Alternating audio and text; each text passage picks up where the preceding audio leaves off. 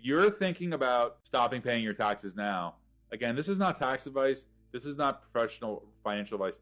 This is friendly, like, here, look, just read this, okay? And make your decision from here. But you have to think these things through as to what could eventually unfold if you decide to make this decision now. Let me just read this one line to you, okay? It says, the U.S. I've not seen this before. I could be mistaken, but I don't remember this ever being on here. The U.S. Department of State, taxes, the Department of State, okay? The Department of State may revoke your passport or decline to issue or renew a passport if you are certified as having seriously delinquent tax debt. So you're going to get locked in the country. Don't stop paying your taxes right now. You don't know what that's going to unfold into in a couple of years, 3 years. You're really, yeah, I did that in 2017, Ryan. For like half the year I did that because I knew I was leaving the job and I wanted to put as much money in my pocket as I can. But there are a lot of people that are considering bucking the system right now and trying to go against the river and just fuck it. Screw them. It's my money. You got to be very careful. You got to kind of see how that can unfold. Now, the solution to that is don't change anything. Enhance your situation with the trust. Correct, Ryan. Because if you have taxes, depends on if you're a W-2 or you run businesses and things like that. Someone earlier was saying that they were wondering, is it 60% with their paycheck? You can put 60% of your paycheck into a worthy cause right now without a trust. You can do that right now. You could take 60% of your take-home pay, specific tax strategy to follow from the IRS and old agent if you ever come on board. You can take 60% of your paycheck right now and give it to a worthy cause.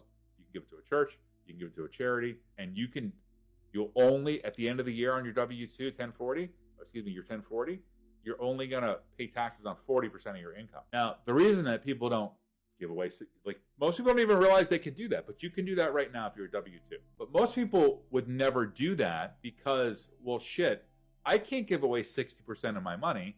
The money I have right now isn't even enough for me to make my bills and make my rent. Why would I give away 60% of my money? Well, that rule is really not for you. Even though you can exercise it, that rule is really not for you. It's a part of a bigger system of these trusts. Because if you have a charitable foundation, or excuse me, I should say, if you're the trustee of a charitable foundation where you operate it, and that charitable foundation's beneficiary is, say, like your family trust, that creates a system. You can now take and you didn't create either one of them, you're just trustee and manage both of them. You can take your 60% of your take-home pay, put it into the charitable foundation. So instead of paying taxes on that 60% at the end of the year, you can take that 60%, put it into the charitable foundation. 5% of that money has to go to a worthy cause, and the other 95% of that 60% goes back up to your family trust where you now manage the capital for the things like your house, your car, the beneficiaries, the children, the sick parents, things like that.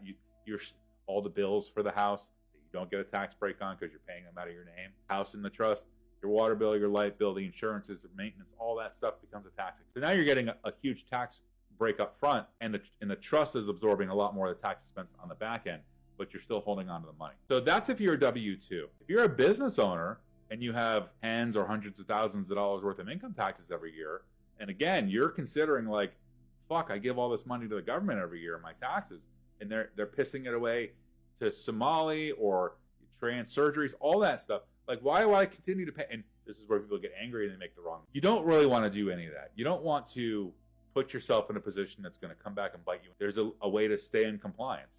Keep doing what you're doing. You keep accounting for your taxes. But if the family trust owns that business now, instead of your name being on it, the trust's name is on it. The trust has a different way of handling taxes than a person does. Income taxes, capital gains tax, the trust has the ability, because it's written in its contract, customized, that it may or may not pay taxes this year. We'll just decide that at the end of the year. That's what it says. That when you have these trusts and the way that they're written, and you put your assets in there, and what we're talking about as far as moving the money from here to there, that it's legit. Now, here's the thing. You never raise a red flag with, say, not paying your tax. Because if you've been paying your taxes, if you've been paying your taxes for decades, if that's just what you've been doing, you deserve a lot of acknowledgement, because not everybody does that. But you're honorable. You're supposed to pay your taxes. Your business generates businesses. You have employees, things like that, contractors. You have to pay taxes at the end of the year. Not if your business is owned by the trust. It's got different ways of handling that. So that becomes a more elegant and simple solution. You invest a little bit of money right now to get the trust, and then you move your assets, which are your businesses, your cars, your houses, whatever else you consider an asset, into the trust. Now your business continues to run. You don't close it down. You don't close the bank accounts down you have for the trust.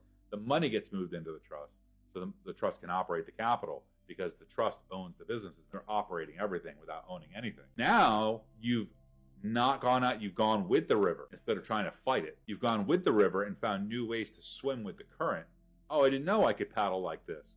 Oh, I didn't know I could do it like that. Oh, look at that. I'm swimming with the current. It's so much easier. That's what the trust allows you to do.